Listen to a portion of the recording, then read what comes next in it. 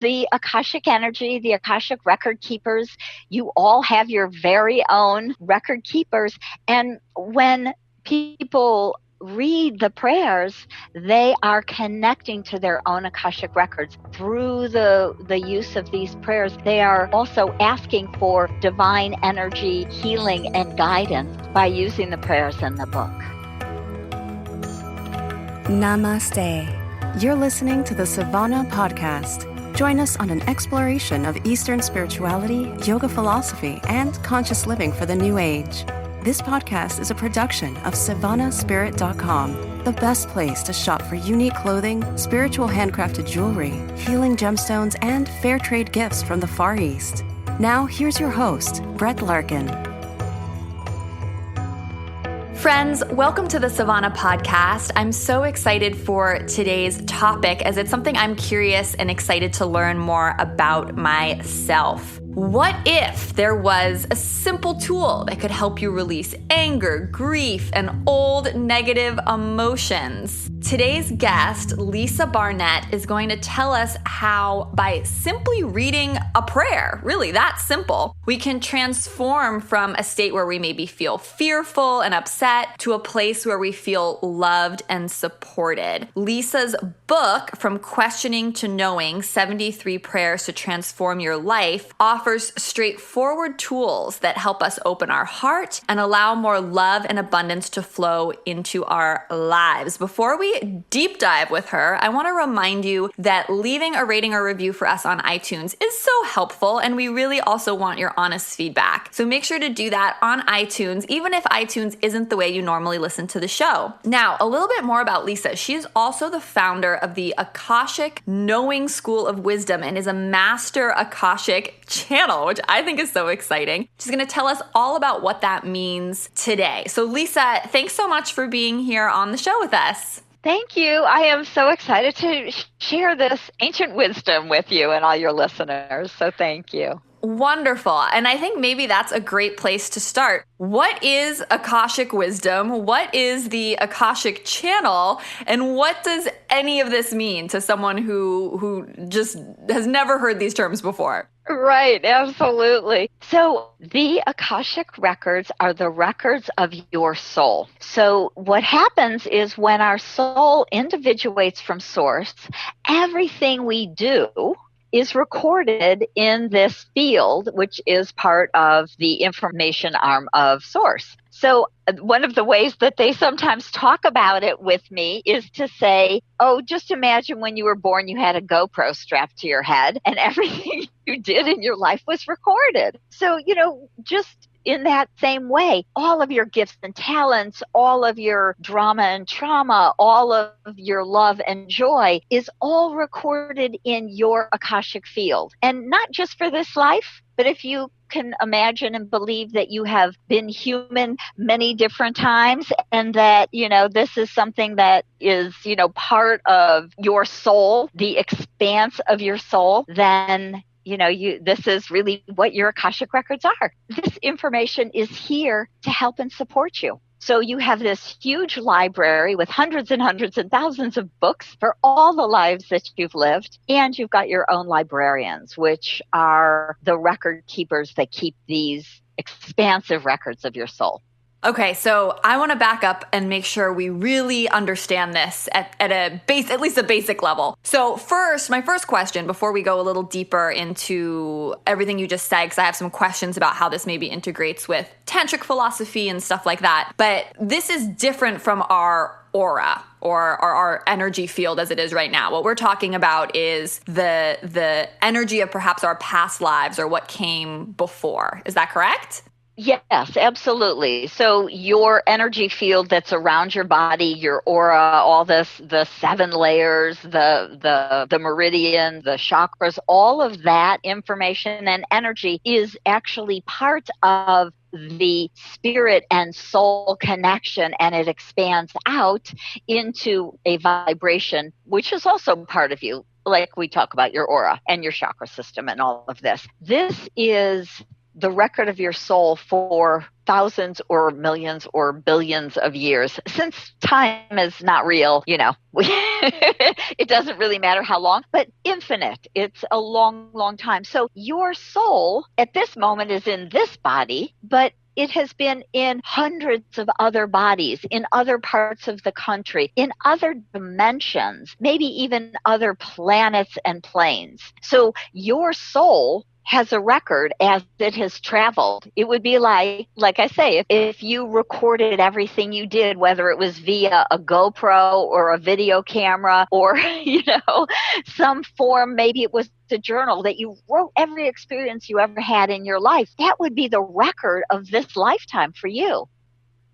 Got it. And you mentioned something about the record of our soul when it splits. And correct me if I'm wrong, but I think I heard you say it splits from sort of universal intelligence and you become an individual on this plane of consciousness. And does this have anything to do with Tantric or Samkhya philosophy, if you're familiar with those?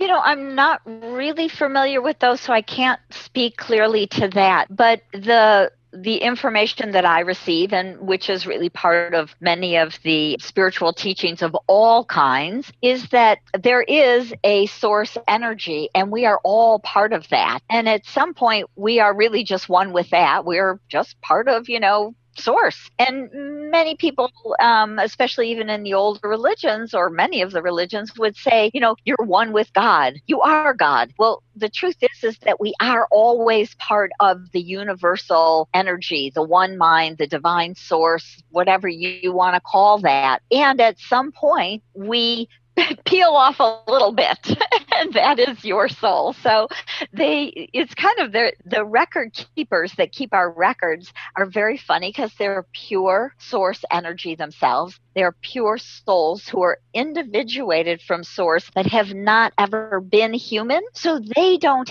have any judgment. There is no, right or wrong in their realm of source. They're here to help and to guide and to support us. And what happens, so they tell us stories. They kind of try to explain these big picture information to, little human brains, right? Like mine. So when I'm channeling or receiving this information, they often put it in kind of words that, is something that we can kind of wrap our brain around, right? Because I think so much of this sort of information is hard for us to wrap our minds around. Just like, there really is no time or space, that the world is really an illusion. We hear these things, but how do you imagine that? How do you wrap your brain around that, right? So I've heard you mention, so you're saying like there's record keepers of the Akashic Records. So could a parallel here be like to angels, or it's like spirits who know everything about what's gone on with all of us in our past lives and in our past energetic DNA? Is that kind of the idea?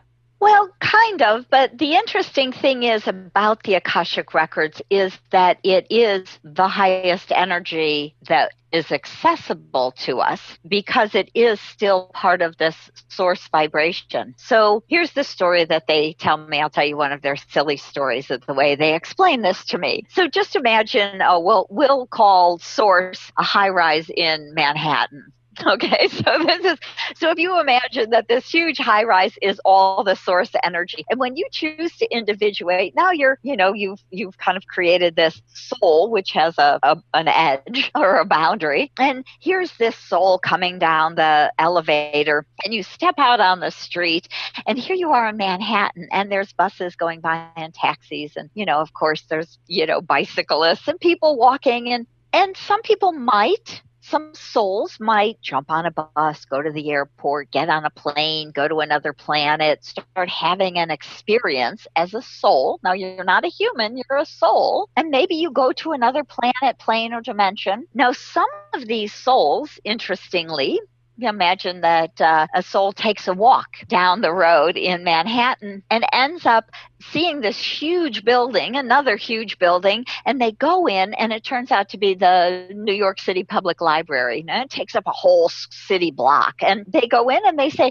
I want to study before I go on a journey. I want to learn about Earth and about Sirius and maybe Arcturus, or where I want to go, what kind of experiences I want to have. And they study up. And these beings of light become Some of them go on their journey. They learn a little and off they go. And some actually become record keepers, and they help to keep the records for other souls. So again, they're not angels. They've never been human. Actually, some angels can actually be human. The archangels are a different story. Ascended masters have had a whole cycle of lives and human lives until they ascend again and come back to teach us. But the record keepers are pure source energy. So they're not human. They're not angels. They're not ascended masters. They're not other kinds of guides. They're not from another planet. They're literally pure divine source energy. So to me, that was the highest place I could find to get information from. All right. So what do you say to folks? Because I know both in the yoga community and people who have a deep spiritual practice and meditate regularly, a lot of them, and myself included, are curious about this, right? We're curious about past lives and this idea of karma and dharma, right? And what we're here to do, and what are the things that maybe we've inherited either from our parents or perhaps in a past life that are affecting us in some way. What do you say to people who are curious and maybe a little skeptical about this? Oh my, let's see. There's lots of things to say, of course. So Akasha is a Sanskrit word. So it actually comes, from this ancient East Indian tradition, and it means ether or sky. And if you go to India or speak to different people, there's apparently a couple of Akashic ways to access this information. So it is well known in the ancient East Indian tradition. So there's actually a tree somewhere that the monks read the leaves of the tree to read the records. I know that there's another place. Now, I haven't been personally to any of these sites in India, but many of my clients and students, and I have actually many, different clients from India, and they tell me about these places where you can read the records in that sort of way in India. We talk about, if you have ever read the Bible or heard the word, the book of life, it's written in the Bible and other different religions that our names are written in the book of life. Edgar Cayce accessed the Akashic Records through a sleeping trance. And so another way to imagine the Akashic Records is this is the one mind, the infinite mind of Source. And in the infinite mind is amazing information about everything. So there's kind of the big record of everything. And Edgar Cayce accessed that very often for a lot of health information. Edgar Cayce was the sleeping prophet from the 20s, 30s, and 40s. And he started a health healing clinic in Virginia Beach, Virginia, back in the 20s or 30s.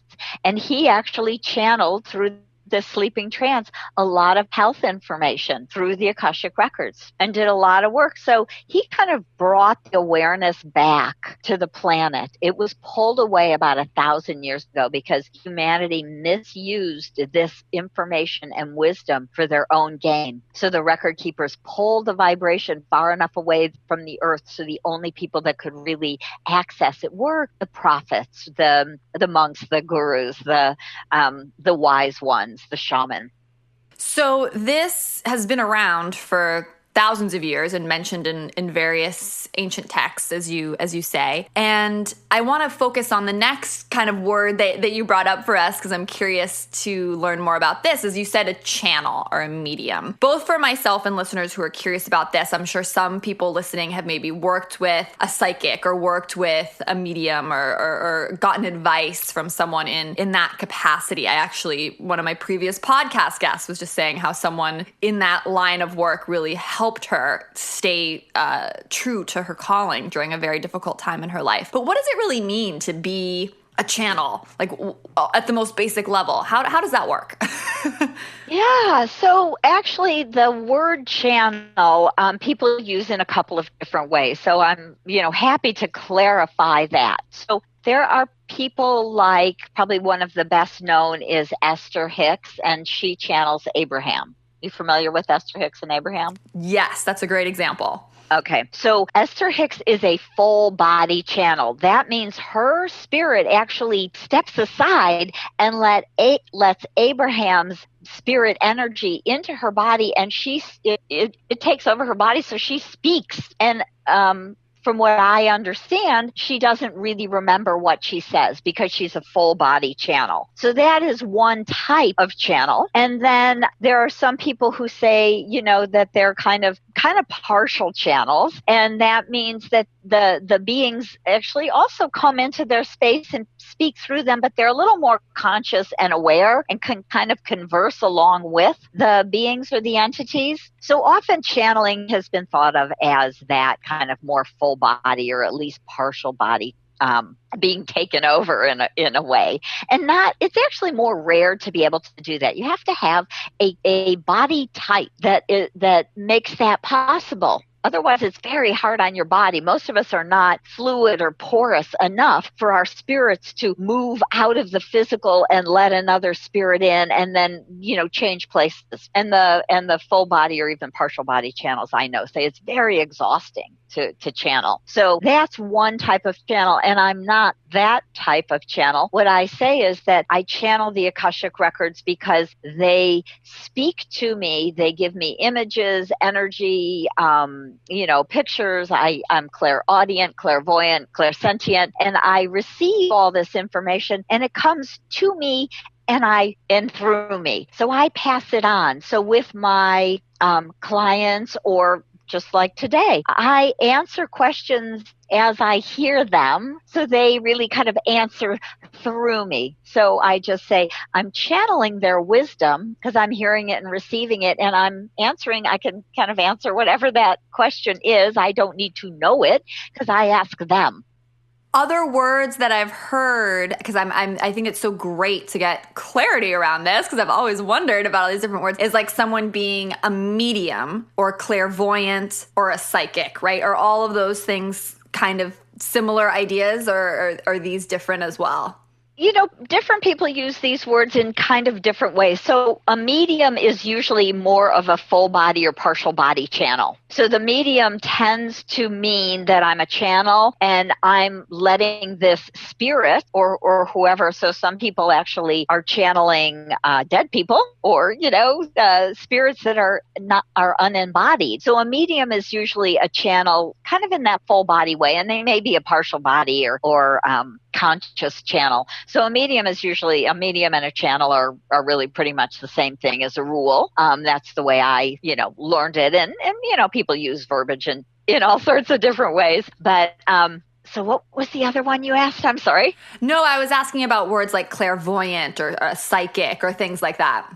Sure. So clairvoyant just means that you're a seer. So psychics tend to be, so psychic means more that you are usually able to receive information that is, more in these realms, in the psychic realms. So clairaudience is you hear, clairvoyance is you see, clairsentience you feel, claircognizance is clear knowing. It's a knowingness. And so most psychics or even intuitives would say, I'm intuitive or I'm a psychic and I'm very clairvoyant. They get most of their information visually. They see, some of them may even see auras, but they see pictures. They may get past life information or childhood information. And often it comes through as pictures or even like a video, like a movie. And I hear more. So I'm very clairaudient. I can hear their voice, though for most of us who are also clairaudient, we hear a voice, but we often hear it in our own kind of voice or tone.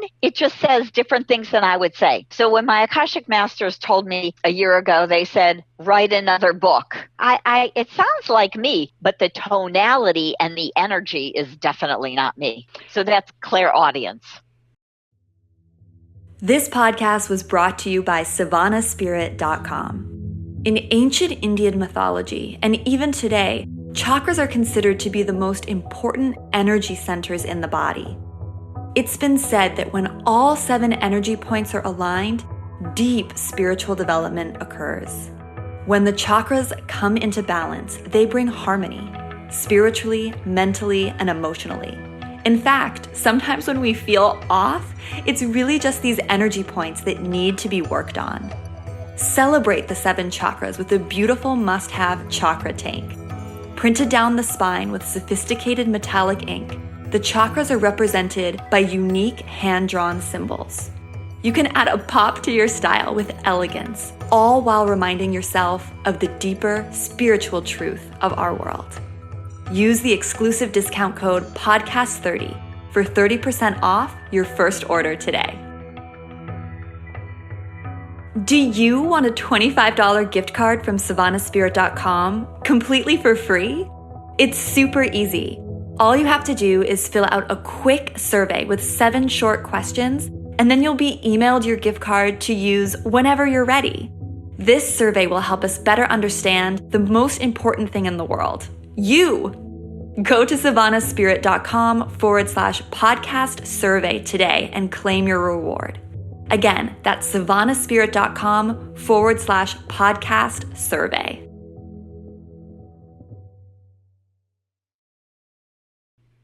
So how does someone like you learn to do this, and how do they become what you are? And then my next question for you after that is, why are most people, or some people, really interested in accessing this knowledge, and what can it do for us in our daily life? I think that's where I want to go next, but I'm curious to understand and discover how you became an Akashic Master.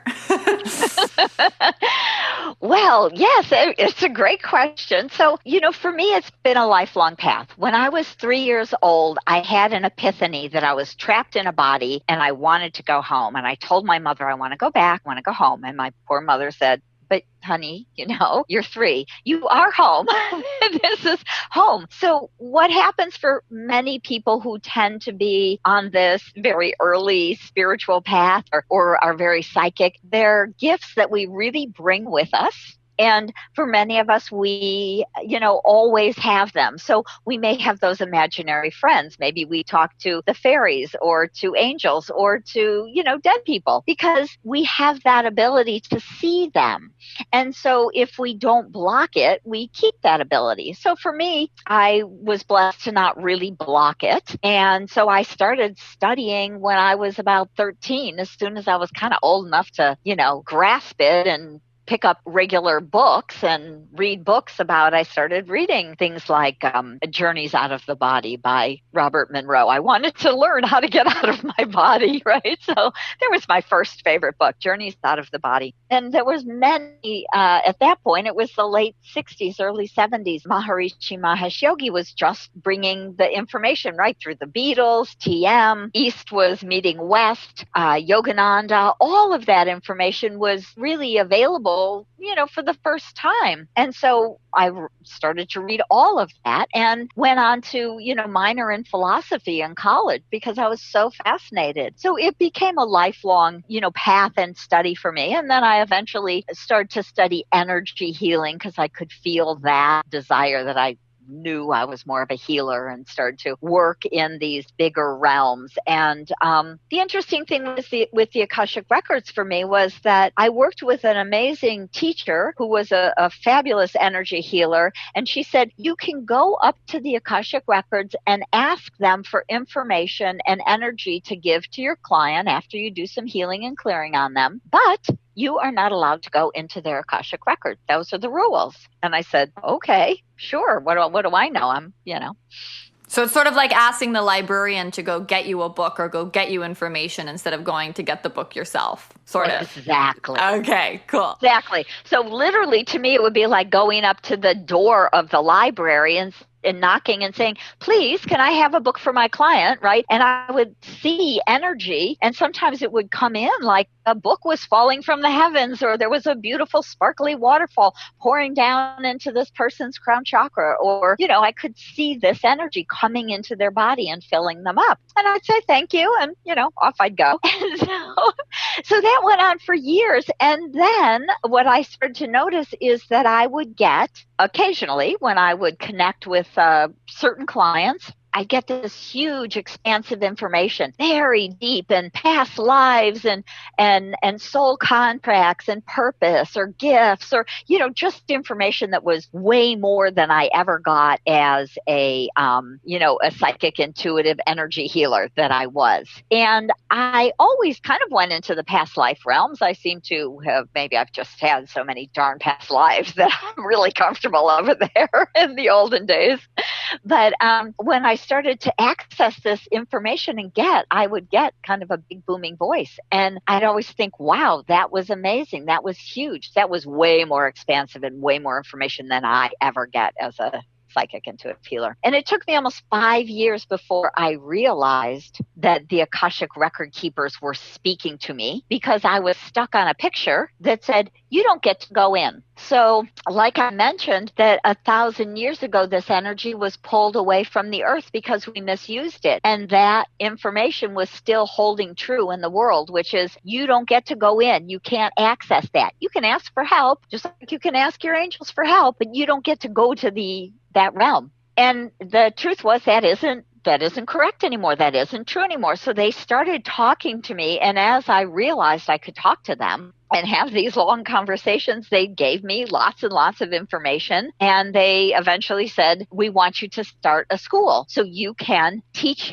other people how to do this, and we'll give you information. And they gave me a 5-step wisdom prayer system, a simple 5-step system that I teach to my students so they can access their own Akashic records and have that sort of divine guidance every day. Well, that's perfect, because it leads into my next question, which was that does someone have to really work with someone like you to tap into this knowledge, or is it something we can all do ourselves? And I'm sure the answer is a little bit of both, but maybe the best thing for you to do is to tell us a little bit about this 5-step system, if you're willing to. Absolutely. So you're of course correct about a little bit of both. And part of what I notice is it depends on really where a person is on their spiritual path, and sometimes just where they are in their life and what they're dealing with. So if you have a lot of, say, pain, emotional pain, trauma, maybe ill health, money blocks, you've got some stuff that's really up in your life, it may be easier to have an Akashic record reading and healing than to learn to do it yourself. So we want to kind of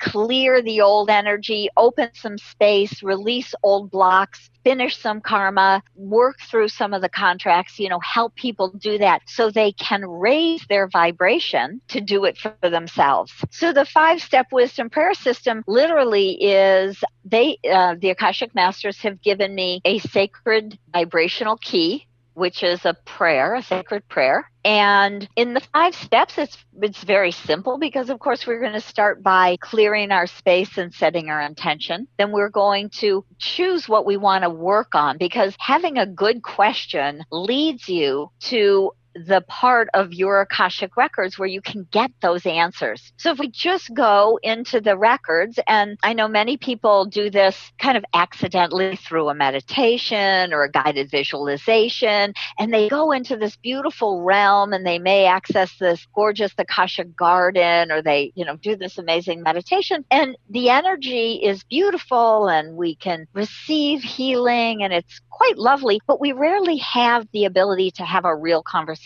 and say, how can I clear these money blocks? How can I shift some of these things that are in my life? And so when we learn to access the records consciously by opening our own records, writing questions that are beneficial to us, like, what is this about? What is this money block about? Then we can say, what can I clear? Is it from a past life? Is there karma attached? Do I have a past life vow? So I teach people how to ask questions to get to all the aspects and all the levels and layers of the why am I blocked around money or around relationships or around this emotional pain or trauma.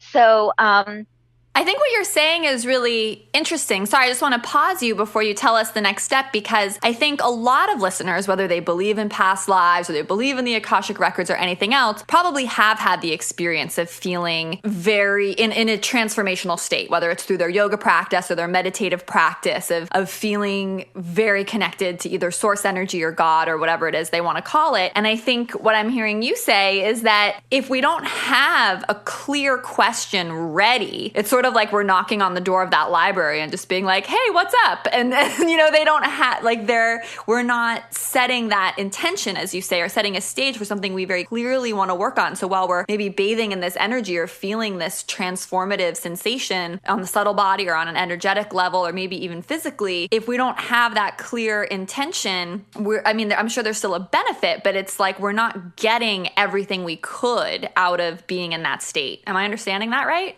You are absolutely. So it's very true. I love to go sit in the Akashic field, and I even do a meditation where we go into the records and there's a beautiful garden and you can bathe in the river of forgiveness and you can reclaim some energy and meditations from these beautiful marble columns. And it's lovely and luscious and healing. And that's great. I'm like all for that also. But for many of us, we have questions, right? We are like, what is stopping me? Why am I afraid to leave this job and look for a better one? Why am I afraid to commit to this relationship? Do I actually have a soul contract with this person I'm thinking about marrying or living with? And so we have a lot of questions, I think, as humans with very active brains. And the reason I love the Akashic Records and teaching people to do this is you can take these questions and go in and get very real information, healing steps,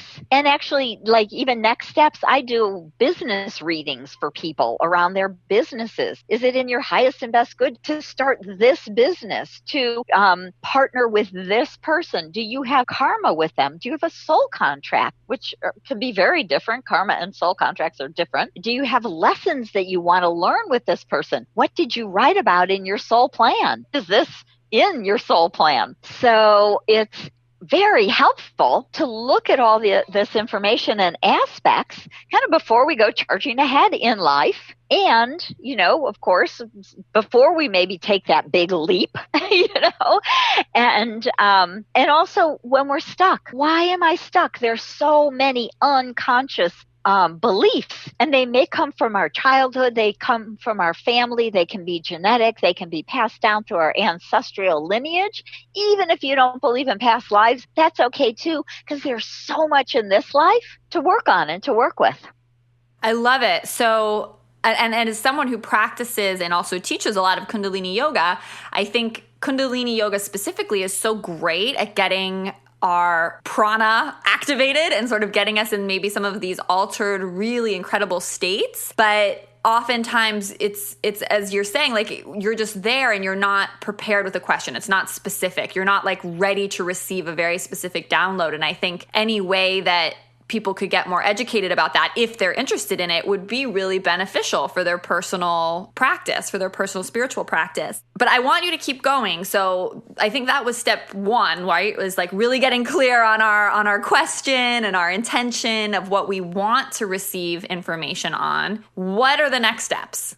So that's 1 and 2. So 3 is actually using one of the vibrational keys to access the records. And this to me is the huge gift that you don't have to do an hour-long meditation. You don't have to be an amazing, yogi. You don't have to have already purified and raised your vibration to do this. No, what I do find is that most of the people who are interested in the Akashic field and this sort of energy work do have a higher vibration, are on a spiritual path, whether it's more through the physical yoga and that path. Many of them are through more of a dharma path of service, or just a spiritual seeker and a path of, I know there's more here. I want to know what it is, and I want to know what's stopping me from creating the life my heart and soul desire. So when I look at it that way, you can really ask about everything, which is why the questions are important. And I like to remind my students that this is a lifelong path. And the Akashic Masters say that the Akashic Records is also a path to enlightenment, as well as I also believe Kundalini Yoga is. And I'm a big fan of that myself. And so we know there's, whatever, hundreds or thousands of paths to the top of the mountain. And one is by being able to see the big picture of life, the big picture of our souls and our soul journey through time immemorial, and to understand that we come to learn and to grow. So in one life, I may have had a little business and a business partner, and maybe that partner ran off with all of our money and left me high and dry. And in this life, because of that, unconsciously, I'm afraid to start a business, and I'm afraid to partner with anyone. And I don't know why I'm afraid. So you go into your records and you say, I really feel like I'd like to start a business. I think I have some talents. I'd like to bring them out to the world. I think I'm supposed to, but there's something blocking me. There's something stopping me. I feel kind of afraid of it, and I don't know why. So we can go into the Akashic Records, ask the beings of light, the record keepers, why? What is up? What is stopping this person from starting this business, from bringing their gifts and talents out? And we get this sort of information. Well, this past life, they had this experience. This other life, they took a vow of poverty, which keeps them from feeling that they're allowed or able to go charge for their gifts and talents. And then there's some childhood beliefs, that their parents used to talk about, how hard it was to start a business. And, they've taken that in kind of unconsciously. So here's 3 layers of information that we can work with to clear and release some of this block that you just don't know what it is. So now we've cleared these blocks, and I find my clients will go, wow, I just feel so much better, more expansive, lighter. I'm going to go talk to that partner. I'm going to start to work on my business plan. I'm going to start to take steps to move forward. Perfect. So coming back to the steps, is that the last step, or is there more? Well, that's the big working in the record step. Okay. And then step 4 is filling yourself up. After you've cleared all that old garbage, you want to fill yourself up with the highest energy you can hold, the highest Akashic Record wisdom, reclaim your gifts and talents from any other lifetime that will, say, help support you with this business. And then the 5th step is to close and lock your records. And on you go with your day. Beautiful. Now, I want to ask you about 2 words that I've heard you say a couple times because I'm very curious. One is karma, which I think a lot of our listeners are probably familiar with, but I want to hear it from your lips, what it means in this context. And the other is this word contract, right? Which I would totally expect to hear if I were interviewing a lawyer, for example, but I wasn't expecting it to come up so often in our conversation. So I want you to explain for us what that's all about too. Absolutely. So kind of the big way of looking at it is because your soul is ancient and we live many, many, many hundreds of lives here on Earth alone, not to mention the other realms. But what happens with Earth, and the reason that we live hundreds of lives here, is that we, let's say, make a mistake, and then we choose to come back and learn about what I'm just going to call a mistake. So again, let's go use the business example where in this lifetime that your business partner ran off with all your money. And so you say, this lifetime, this is your plan. This is part of your soul plan that you write before you embody into a physical body. So your soul makes a whole big plan before you get into a body. So you say, this time I am going to learn to trust again. I am going to figure out how to really be conscious and choose a good business partner. And I'm going to learn and heal my fear about trusting other people. So this is really a piece of karma, which is learning and growing. So karma in the Akashic Records is not a punishment, but it is about completing a cycle and learning and understanding how that those lessons, that growth, and really understanding both sides of it. So if you could come back into this world and into this life and say, maybe you're unconscious of this lifetime where you lost your business to your partner, and one life you might come back and you never start that business because you're afraid. And so you just, kind of go on and you work for other people. And you may have 2 or 3 lives where you want to come back and step into your power and start a business and really gain that faith and trust again in humanity. And it might take you 4 lives to finish that karma. And that karma may have started before because maybe you were the one who started the cycle by running off with the goods of another business, by deserting a business partner, by doing something that kind of created this cycle of learning. And karma really is about learning both sides. So if we've had someone steal our business, the likelihood is that we've done something similar to someone else in another lifetime, or it could be in the same life. So it's a whole cycle. It's learning both sides of the coin. It's understanding.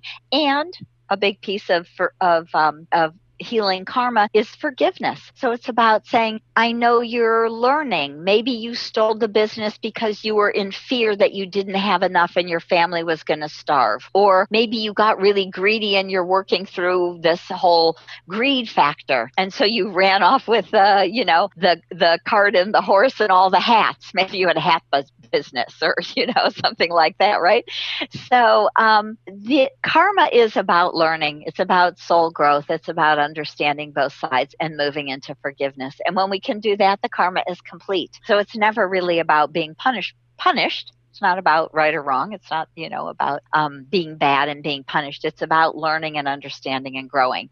And it, may be unpleasant. I'm not saying that, having someone steal your business is, a happy situation. But if you can see that person who stole your business as a divine soul, having a human experience and being challenged by that human experience for some reason or other, if you can come to a place where you can see life maybe through their eyes, your soul is growing exponentially and very deeply spiritually. And then you are done with that lesson. You are done with that karma.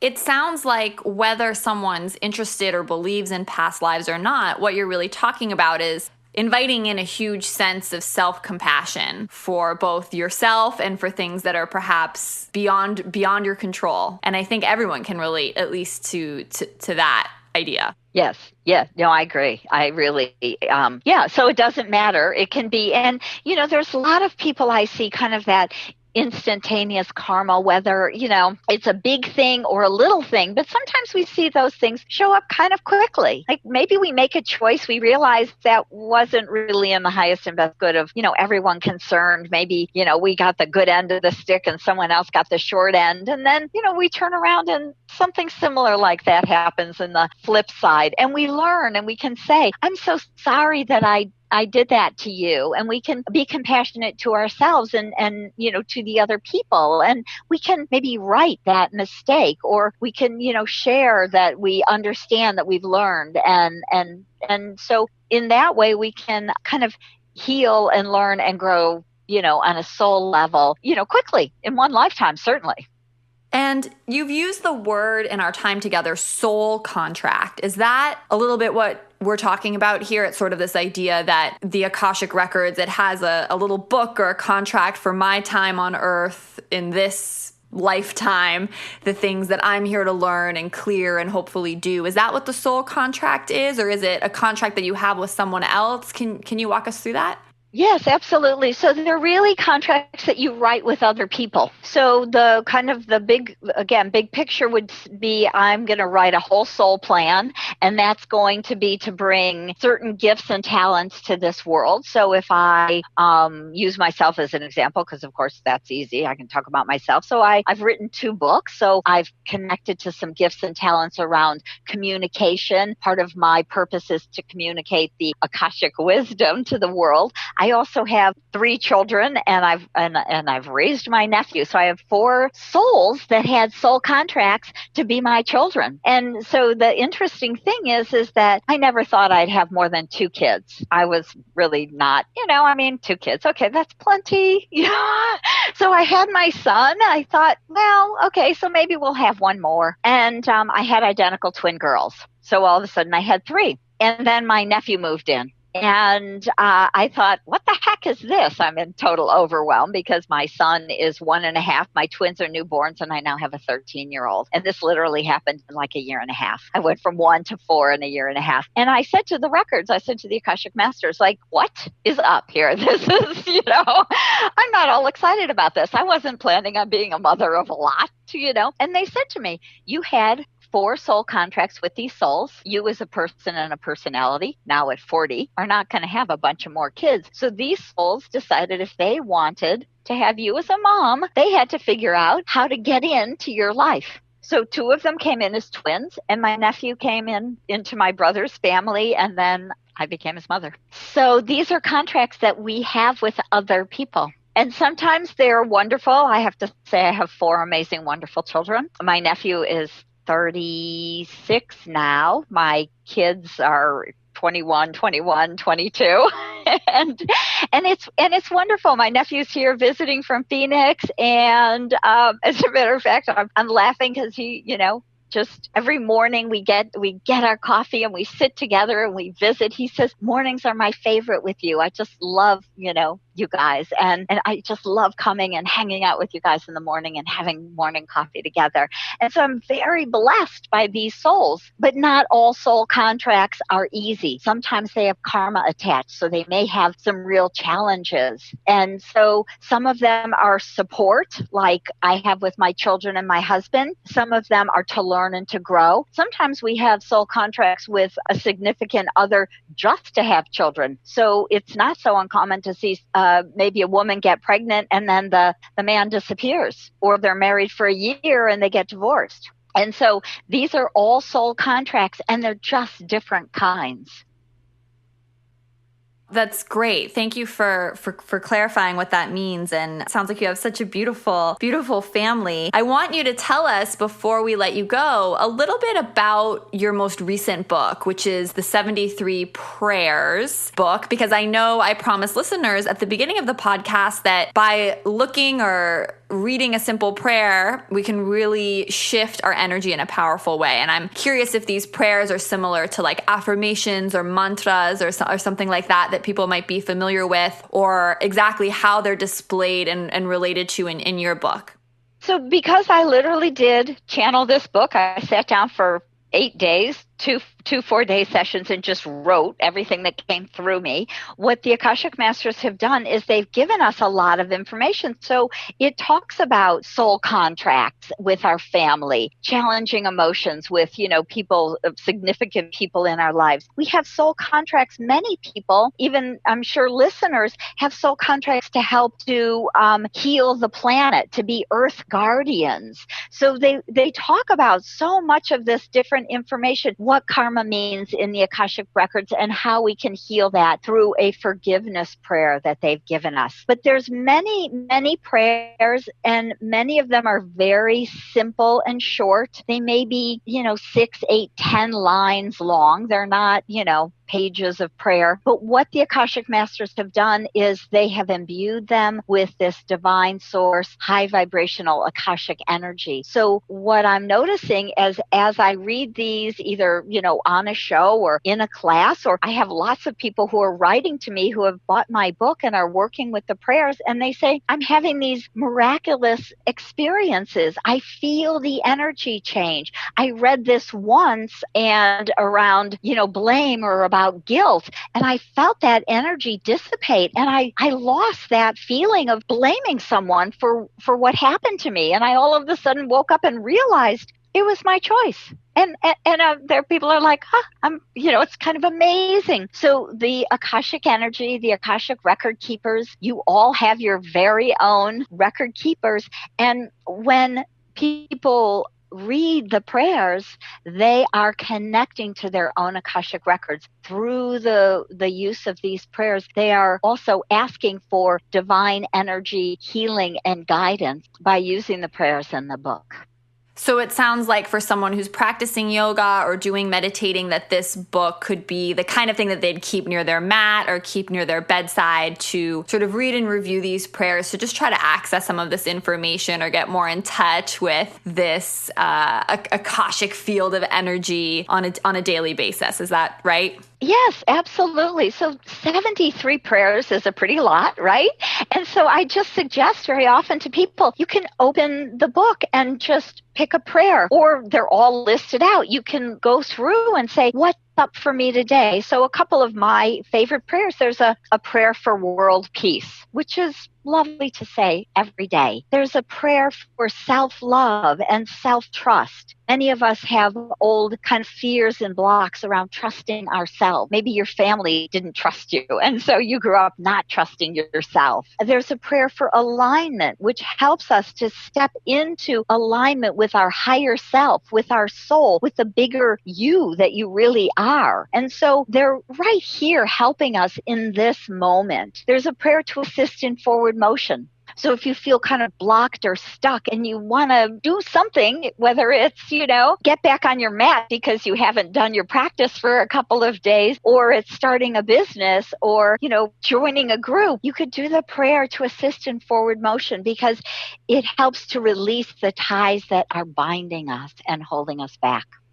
Beautiful. Well, we'll put a link both to your website and the book right below this episode. And before I let you go, there's one last thing I have to ask you because you mentioned it a couple times and I definitely just want to hear you dig a little deeper. You mentioned that time and space don't exist. And I think obviously this is a massive question. We could probably do an entire episode just on this. But I was just curious for you to give listeners a taste of exactly what you meant by that. I know when I was younger, I read the book, The Holographic Universe. Have you read that one? I have not. So it talks a little bit about, time as an illusion, and it compares it with lots of mathematical concepts. But I wanted to hear in your voice before we let you go what that means to you and how listeners could use that in their daily life as a source of potentially comfort or guidance. Yeah, so because I work in these expansive records, and often when I work with clients and teach people how to do this, I see past lives like they're laid out on a timeline. And what the Akashic Record Keepers say is that just makes it easy for our human brains to kind of, hold that concept. But what I know is that when I go back into a past life, whether it's 200 years ago or 2,000 years ago, if I heal that physical and emotional and energetic trauma that is blocking you, people have a immediate response. They have an opening, a release where they all of a sudden feel they can make a step forward, immediately make a change. And what the masters say about this is because there is no time and space, it flows like a ball of light and energy. It's a circle. And so I can heal the past and I have that immediate effect because it's all happening at the same time. And I can shift my intention for the future if I realize that I've put energy out into the future that maybe no longer serves me or isn't the path I want to be on now. It can be helpful to call that future energy back and set a new intention and to put that new desire out so that you're not working from, say, an old model or an old paradigm from when you were a child. So time is very fluid. It's all happening at the same time. I see it as a beautiful golden swirling ball of light, the image they give me. And there is actually a prayer to expand time in the book. Wow. I'm visualizing it's like a wormhole or something like that, or a vortex that cuts through time. Lisa, thank you so much for coming on the show, for sharing all your knowledge with us, because I know that all of this is things that so many people are curious about, but they don't often get the chance to sit down with someone like you and, just ask really practical questions. So I'm really appreciative that I've got the chance to do that with you today. And if people want to learn more, again, I'll put the links below, but why don't you tell us as well, what's the best way for them to find you? AkashicKnowing.com. So my website, AkashicKnowing.com. And you'll find on the home page, I have 3 free gifts. If you're interested in getting more information, 2 of them are guided meditations I've channeled through the Akashic Record. And 1 is a beautiful ebook of prayers for self-love and self-healing. So there's 3 free gifts you can go and download. You'll see classes I'm teaching. I've got a a weekend workshop in Denver coming up in August and one in San Francisco coming in October. And I teach this 5-step wisdom prayer system online, and we'll be teaching again in the fall. So there's all of that available. You'll see on my website, as well as if you want to check into doing a one-on-one Akashic healing session and get some healing and clearing and learn about your soul plan and what some of your gifts and talents are, some of your purpose. And that's all available. You'll find all of that at akashicknowing.com. Perfect. Thank you so much for joining me today, and we will keep in touch. Listeners, let me know, what are your thoughts on today's episode? Who do you want to see as future guests on the podcast? We love your feedback and, of course, your reviews. So make sure to leave a review on iTunes and make sure you're part of the Sivana East Facebook group if you're not already, so we can discuss more about the show and what we want to see in upcoming episodes. Sending you so much love and healing energy from both Lisa and myself, from our hearts to yours. Namaste. You've been listening to the Sivana Podcast. To find out more about Sivana, go to SivanaSpirit.com or follow Sivana on Facebook at Facebook.com/Sivana Spirit. For daily inspiration, check out our blog at SivanaEast.com. Be sure to join us next week for a new episode, and thank you for listening to the Sivana Podcast.